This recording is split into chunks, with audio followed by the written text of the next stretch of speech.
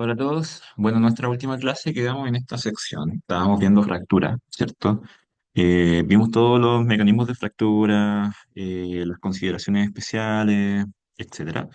Y quedamos acá, que es donde analizamos principalmente la transición dúctil frágil y cómo se comportaba esto dependiendo del tipo de microestructura que tiene el material, ¿cierto?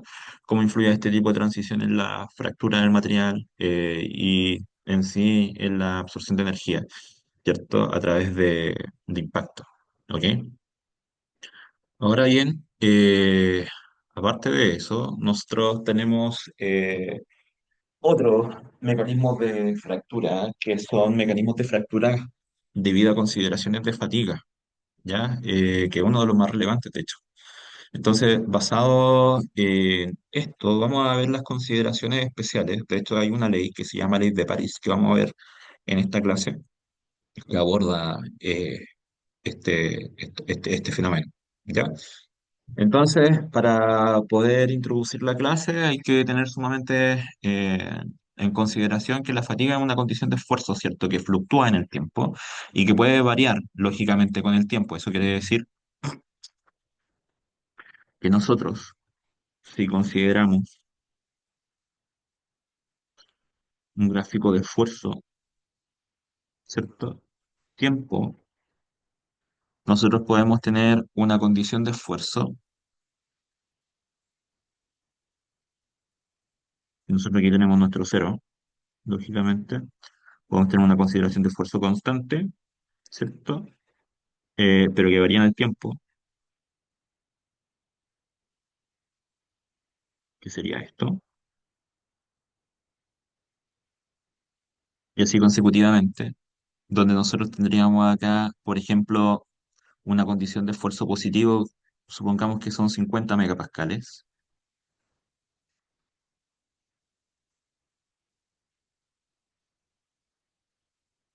y una condición simétrica, ¿cierto? Que acá podríamos dejarlo como menos 50 megapascales.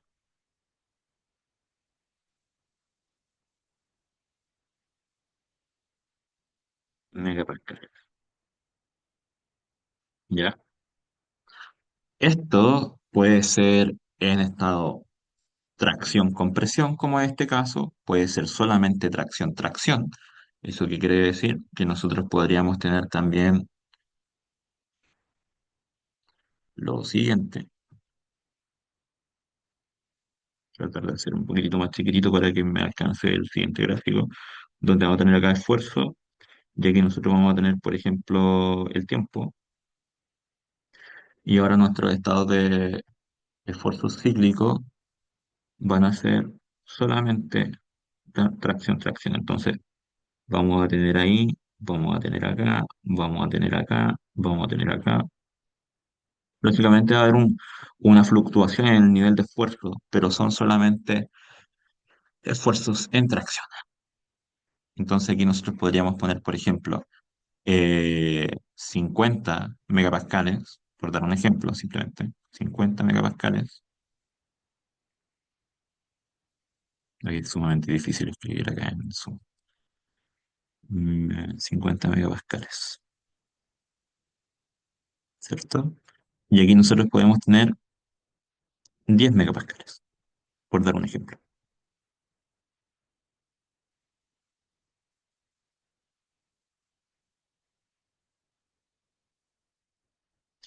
Y también podemos tener una condición cíclica, lógicamente en compresión. Compresión, que sería exactamente lo mismo, ¿ya? Eh, lo voy a esquematizar, pero no voy a ahondar en aquello porque ya queda claro el concepto de compresión-compresión con el esquema de tracción-tracción, ¿ok? Entonces tendríamos acá sigma, ¿cierto? Aquí nosotros tendríamos el tiempo y compresión-compresión simplemente nosotros estamos acá abajo. Entonces tendríamos las curvas así.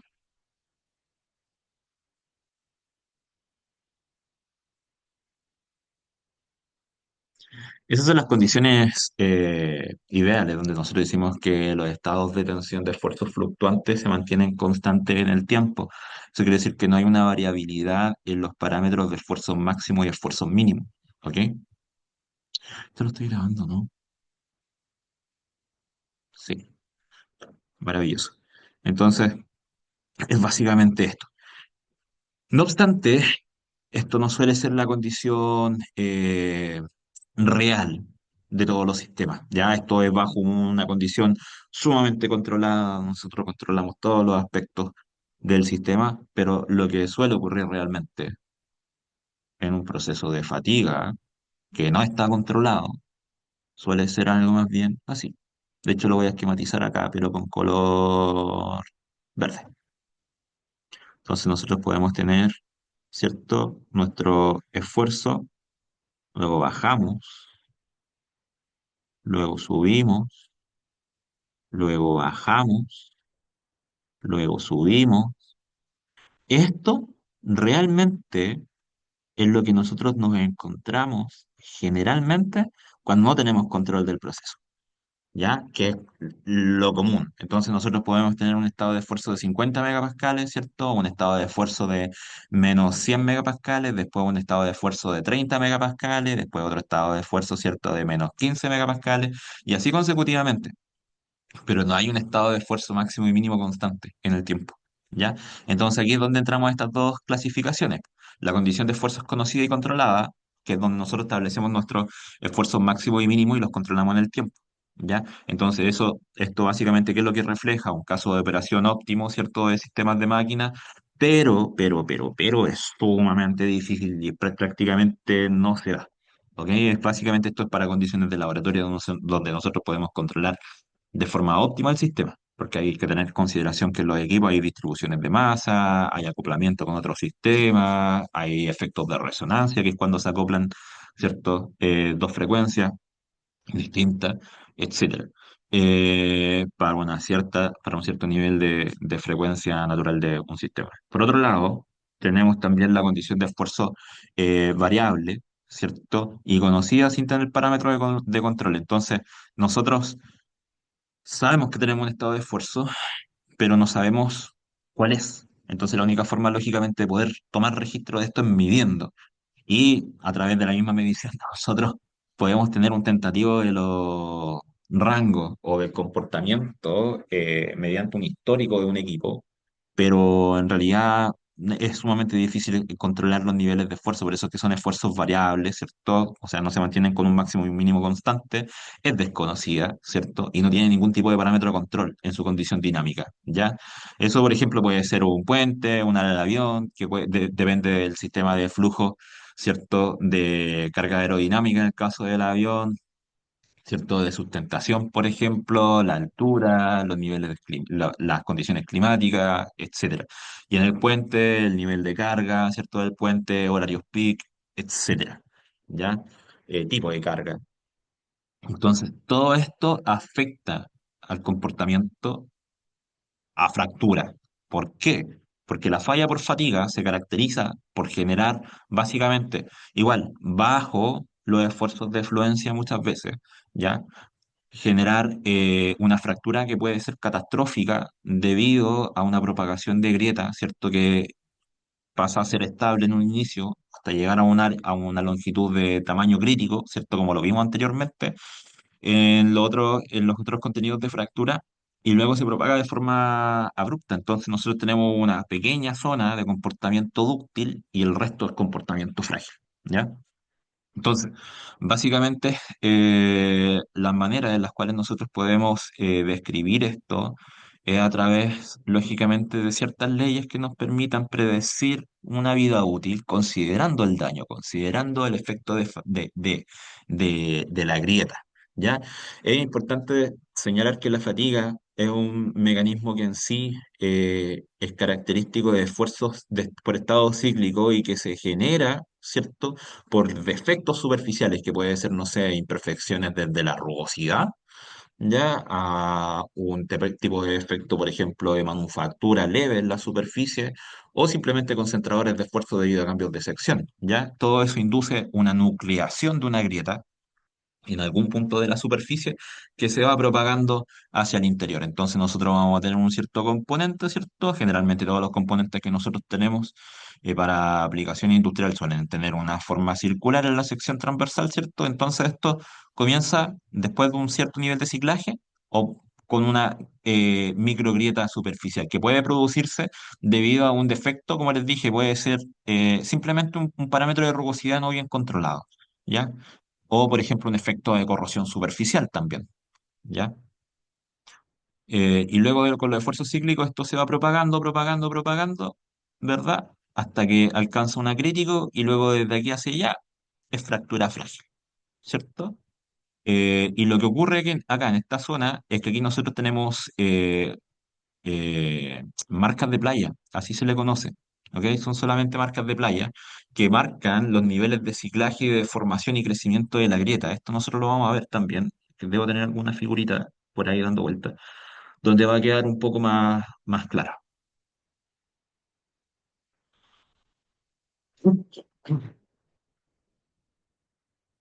Entonces, las etapas, como mencionaba anteriormente, del proceso de fractura por fatiga son la iniciación o la nucleación de grieta, ¿cierto? Debido a un defecto del material que se puede producir por una concentración de esfuerzo en un cambio de sección o debido a un defecto superficial producido por el proceso de manufactura, etcétera, ¿ya?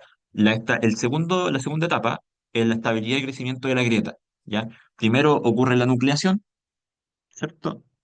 Entonces nosotros, es muy parecida a la curva de Grip a todo esto. Nosotros vamos a tener acá el proceso de nucleación, que va a ser más bien lento, ¿ya? Luego nosotros tenemos un crecimiento estable, no se nota mucho la curva, a ver. Tenemos un comportamiento más bien así, y después nosotros tenemos un comportamiento estable, ¿ya? Y luego comenzamos con un comportamiento que es más bien inestable, porque ya alcanzó su acrítico y esto se propaga, ¿ok? Entonces, tenemos la estabilidad del crecimiento acá, este es nuestro inciso D. Todo eso estaría marcando la estabilidad del crecimiento, ¿ok? Que se genera bajo un estado de carga cíclica, lógicamente, y la grieta crece lentamente, porque nucleó recién, ¿cierto? Y hay una buena tasa de absorción de energía, porque el A aún es controlable, ¿ya? Crece lentamente y el factor de concentración de esfuerzo aumenta paulatinamente junto a la grieta hasta alcanzar una condición crítica de propagación, ¿ok? Y luego en el punto C, la rotura catastrófica, que lógicamente debido a que la grieta ya alcanzó su acrítico.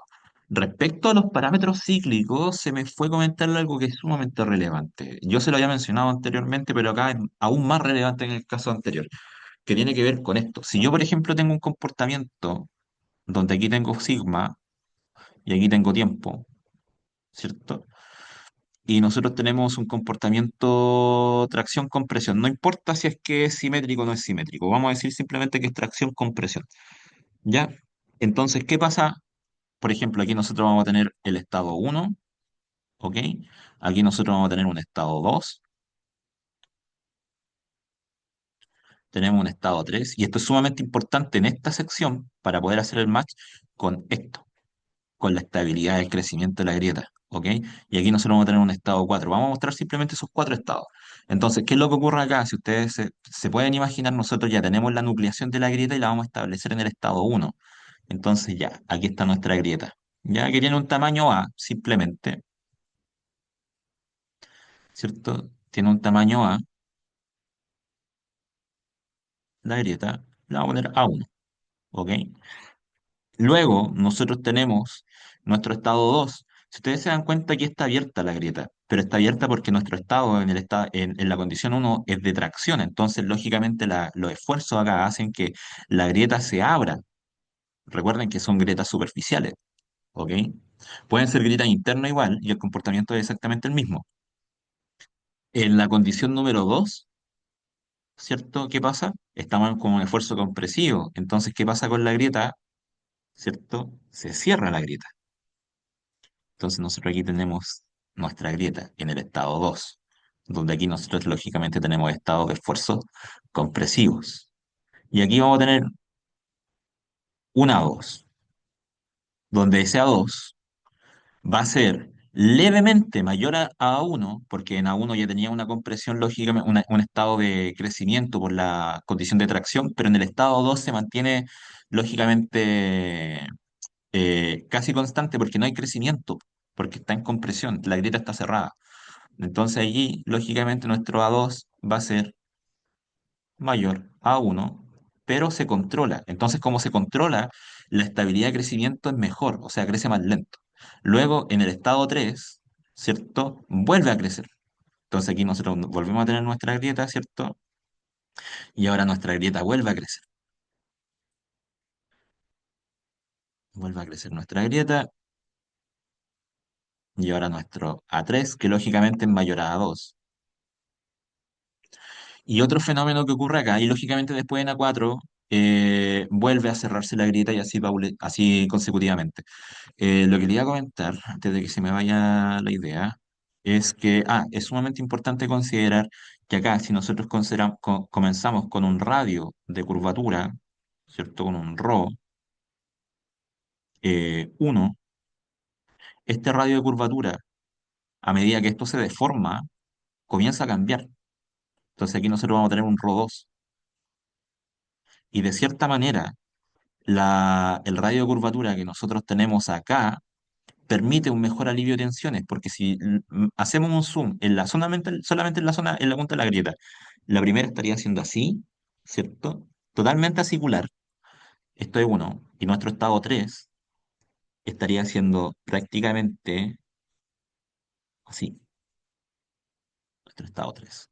Entonces, nuestro estado 3, si ustedes se dan cuenta, ya no es tan acicular, pues, y eso es producto de la deformación plástica que ocurre en la punta de grieta. Recuerden que en la zona de la punta de grieta nosotros tenemos los puntos de plastificación debido a deformación plástica que pueden darse bajo la condición de deformación plana o tensión plana. Eso lo habíamos visto en unas clases anteriores. Entonces, es sumamente importante eso. Por eso es que también el crecimiento de la grieta en el estado 2 es más estable y es lento, ¿ya?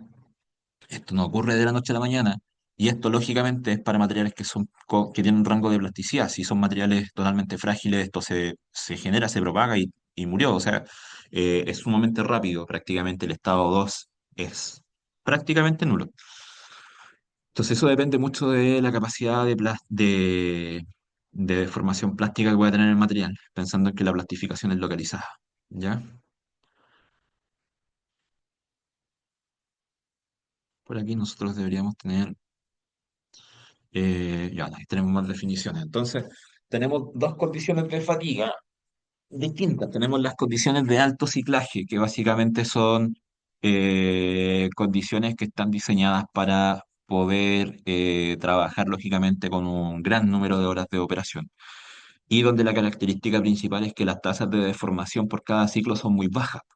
¿Ya? Entonces, los niveles de tensión permiten están siempre en el rango elástico, ¿cierto? Permiten que las deformaciones lógicamente sean controladas, sean muy bajas. Entonces eso permite lógicamente que los ciclos sean súper altos, como pueden ser superiores a 10 elevado a 7 ciclos. No obstante, la otra condición es la fatiga de bajo ciclaje o oligocíclica, que básicamente lo que hace es que trabaja bajo una condición de deformación severa. Entonces, como trabaja bajo una condición de deformación severa, debido a una mala selección del material o debido a un estado de esfuerzo muy elevado, ¿ya? Lo que ocurre lógicamente es que la vida útil del material es menor a los 10 puntos, a los 10 elevado a 7 siglos, más bien generalmente está entre los 10 elevado a 3 y los 10 elevado a 5 siglos, ¿ok? Y aquí hay una contribución grande de plasticidad debido a las deformaciones que yo les mencioné, y eso lógicamente también afecta al crecimiento de la grieta, ¿ya?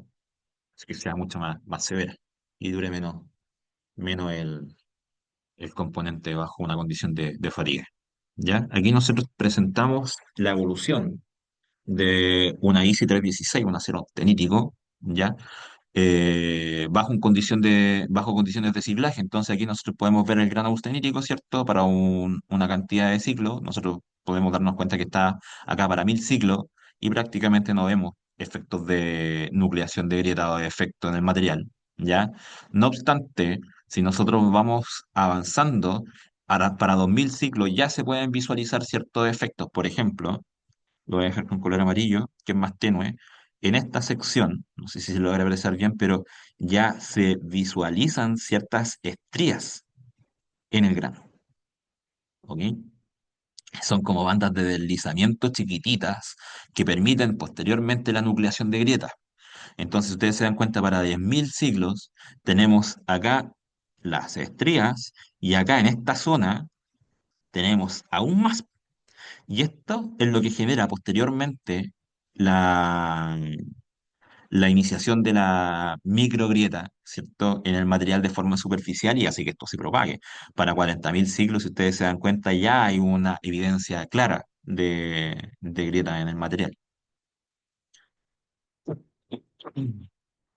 Para una aleación de aluminio 21-24 con un tratamiento térmico T4, ustedes pueden visualizar también cómo se comporta a la fatiga. Si ustedes se dan cuenta, para 60 ciclos no se evidencia una mayor cantidad de efectos.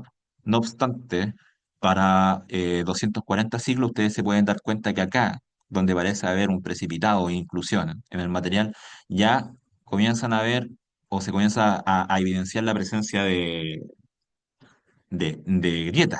Ya comienza a existir la nucleación. Para 300 ciclos, ustedes se dan cuenta, esa pequeña grieta que está ahí ya es esta grieta. Entonces, a medida que nosotros vamos aumentando la cantidad de ciclos, los números de grieta en los granos, lógicamente, que pueden ser más rígidos y más propensos a estos fenómenos de propagación de grieta y nucleación de grieta, es más severo, ¿ya? Y luego esto ya se propaga y reduce significativamente la vida del material que está expuesto a estos fenómenos de fatiga.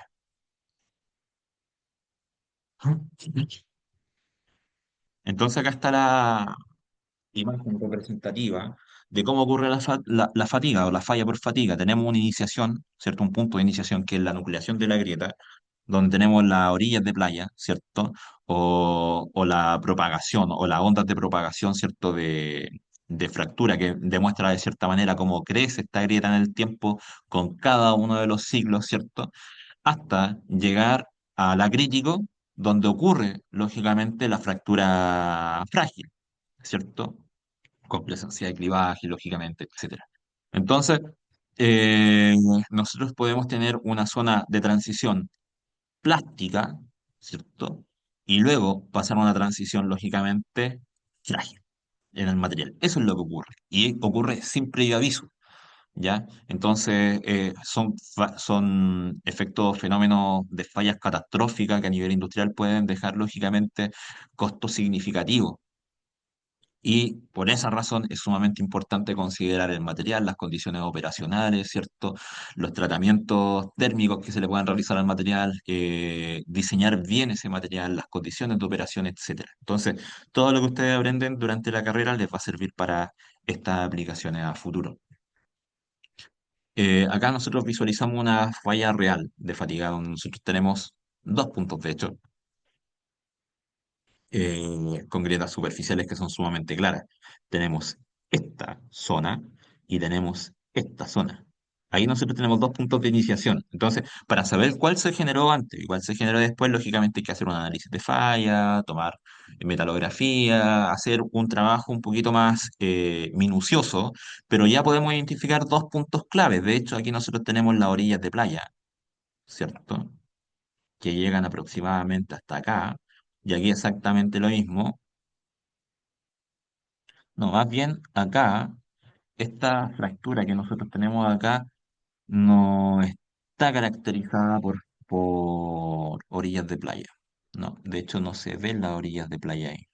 De hecho, esta falla que nosotros tenemos acá, al parecer, de la imagen, y solamente analizando la imagen, por supuesto, es como que llega acá con el inicio de la zona de fractura, ¿cierto? Se propaga, llega a la zona de fractura frágil, ¿cierto? Y esta zona de acá se desprende y es como que tiene un comportamiento más bien con plasticidad. Es como que toda esta zona se propagó con fractura frágil, llega a este punto y en esa zona la falla final para generar la ruptura de este componente fue a través de un mecanismo más bien dúctil que frágil. ¿Ok? Entonces vamos a eliminar todo esto acá. Y aquí está lo que les comentaba. Si ustedes se dan cuenta, este diagrama se parece mucho, mucho, mucho al que nosotros vimos por CRIP, que era el de termofluencia. ¿Ya? Es muy similar. De hecho, las características son bastante parecidas. Nosotros acá tenemos la generación, ¿cierto? O sea, la grieta se genera acá, de por sí. Aquí se propaga. crecimiento estable y aquí crecimiento inestable. Cuando ya supera el G crítico, recuerden que, como vimos en fractura, ocurre un crecimiento inestable, ya sea por condiciones de carga o por condiciones de desplazamiento, pero inestable. Y ocurre la fractura final. Ya entonces aquí nosotros ya alcanzamos el KC crítico. ¿Ok? Y cada una de las zonas está caracterizada por mecanismos diferentes. Por ejemplo, en la etapa uno los mecanismos son discontinuos, ¿cierto? Hay una gran influencia de la microestructura. Recuerden que las microgrietas están recién nucleando, se están generando al interior y con cada ciclo estas van aumentando poco a poco, ¿cierto? Eh, hay efectos sumamente predominantes de cómo interactúa el esfuerzo máximo, el esfuerzo medio, el esfuerzo mínimo, ¿cierto? Y las condiciones operacionales y las condiciones ambientales. Cuando ya la grieta se genera, nosotros tenemos, y puede tener un tamaño ya de estabilidad para el crecimiento, nosotros comenzamos con mecanismos que son continuos. Como pues aquí nosotros ya tenemos una poca influencia de la microestructura, porque básicamente tenemos solamente la zona de plastificación leve en la punta de la grieta, pero muy leve, es más abrupta en esta zona. Tenemos los esfuerzos, ¿cierto? De los esfuerzos cíclicos. Hay una influencia del espesor acá. ¿Por qué una influencia del espesor? Porque tenemos que recordar que los efectos de plastificación están asociados a la condición de plastificación por tensión plana o deformación plana. Y vimos que eran distintos entre sí, entre mayor el espesor, ¿cierto? Menor el radio de plastificación, entre menor el espesor, mayor el radio de plastificación, son inversamente proporcionales y las condiciones de ambiente. Y aquí el crecimiento de la grieta es más bien estable con una velocidad más bien constante. ¿Ya? Y acá en la tercera etapa tenemos mecanismos que son estáticos. Eso quiere decir que ya aquí la grieta alcanza una tasa de crecimiento, ¿cierto?, bastante elevada, se comporta de forma inestable. ¿Cierto? Y ya comienza la fractura que es más bien fibrosa, eso quiere decir que comienza la fractura frágil desde la etapa 3. ¿Ya? Y hay poca influencia del ambiente, hay un gran eh, hay una gran influencia también nuevamente de las características microestructurales para saber si es que algunos de los defectos, ¿cierto?, que nosotros tenemos en el material o de la microestructura del material va a generar que esta grieta se propague intergranular o transgranular. ¿Ya? Entonces, la fractura, ¿cierto? Tiene esas tres etapas. La etapa uno que es la formación de la grieta, la nucleación de la grieta, ¿cierto? Crece de forma lenta y estable. La etapa 2 que el tamaño de la grieta permite superar fácilmente las barreras energéticas superficiales del material y tiene mecanismos menos competitivos, ¿cierto? Y crece con una velocidad constante. Y luego en la etapa 3 cuando ya tenemos una rápida propagación, ¿cierto? Se alcanza el nivel de inestabilidad y por lo tanto, desde ahí en adelante, lo único que nos queda es alcanzar nuestro K crítico, nuestro factor de intensidad crítico. Ahora, ¿cómo podemos nosotros predecir este comportamiento o analizar este comportamiento a través de la ley de París? Y la ley de París se caracteriza principalmente en la zona 2. ¿Ok? Entonces, ¿qué es lo que y por qué nos interesa la zona, la zona 2? Básicamente nos interesa la zona 2 porque esa zona es la que a mí me permite analizar y predecir eh, cómo se va a comportar la grieta y poder tomar medidas de corrección po, en la etapa 2 porque es un crecimiento bastante estable, ¿cierto? Entonces podría medir la grieta en el estado 2 más bien en el estado uno se me hace difícil. Entonces tengo medidas correctivas para poder eh, eh, optimizar el proceso, ¿cierto? Y de esa manera reducir las tasas de fallas, por ejemplo, de equipo mediante un cambio adecuado, una corrección adecuada, etcétera. ¿Ya? Entonces, la ley de París nos permite a nosotros poder medir y predecir el comportamiento de todo esto en la etapa 2 en la región 2 de fractura, ¿ok? Por fatiga. Entonces, aquí nosotros tenemos la tasa de crecimiento de grieta con respecto a la tasa de ciclaje, ¿cierto?, del material, que es donde eso va a ser igual a una constante C por el delta del factor de intensidad y esto elevado a una constante M, donde esa constante C y M son características del material. De hecho, se parece mucho a la ley de potencia que nosotros vemos en mecánica de materiales. ¿Ya? Entonces, la forma de poder obtener esto es más bien similar, ¿cierto? Y nosotros acá tenemos que tener ojo con la consideración, lógicamente, del parámetro de tamaño de grieta y del ciclaje. Entonces, como dice acá, K es el factor de intensidad, pero acá nosotros trabajamos con delta K porque tenemos que considerar dos puntos. Tenemos que considerar dos puntos dentro del sistema, ¿ya? para poder describir la zona 2 que es una recta. Entonces necesitamos una ecuación de una recta. Eh, Tenemos también C y M que son constantes y que dependen del material, lógicamente, se obtienen experimentalmente y M suele estar entre 1 y 6. ¿Ok? Esos valores están tabulados, yo se los puedo entregar en el certamen, así que, o lo pueden calcular si es que las condiciones del ejercicio para poder despejar M lo permiten, lógicamente. Y donde delta acá es el factor de intensidad, lógicamente, mínimo y máximo que nosotros obtenemos del sistema, y eso se puede obtener mediante las condiciones, ¿cierto?, de factor de intensidad, nuestra ecuación de factor de intensidad, que recuerden que considera nuestro factor geométrico, ¿cierto?, o factor de forma, que es nuestra Y, y eso multiplica el sigma máximo menos el sigma mínimo, y todo esto multiplicado por la raíz de pi por a. ¿Ok? Aquí hay unas condiciones especiales a considerar que lo vamos a mencionar más bien en los ejercicios prácticos para que no se me confundan, pero quiero que entiendan que esta es la ecuación. Y las condiciones básicamente dependen si es que vamos a trabajar en tensión, tensión o tensión, compresión. Hay ciertas apreciaciones que hay que hacer con respecto al sigma máximo y sigma mínimo, pero eso lo vemos en ejercicios en clase. ¿Ya? Eso. Esa estaría siendo la clase de hoy. Próximamente le voy a estar subiendo ejercicios resueltos con respecto a lo que nos queda de fractura. Tengo que ver en ejercicios lo que corresponde a energía superficial, ¿cierto? Y ahora a las condiciones de fractura por condiciones de fatiga. Así que eso, espero que estén muy bien. Un abrazo. Chao, chao.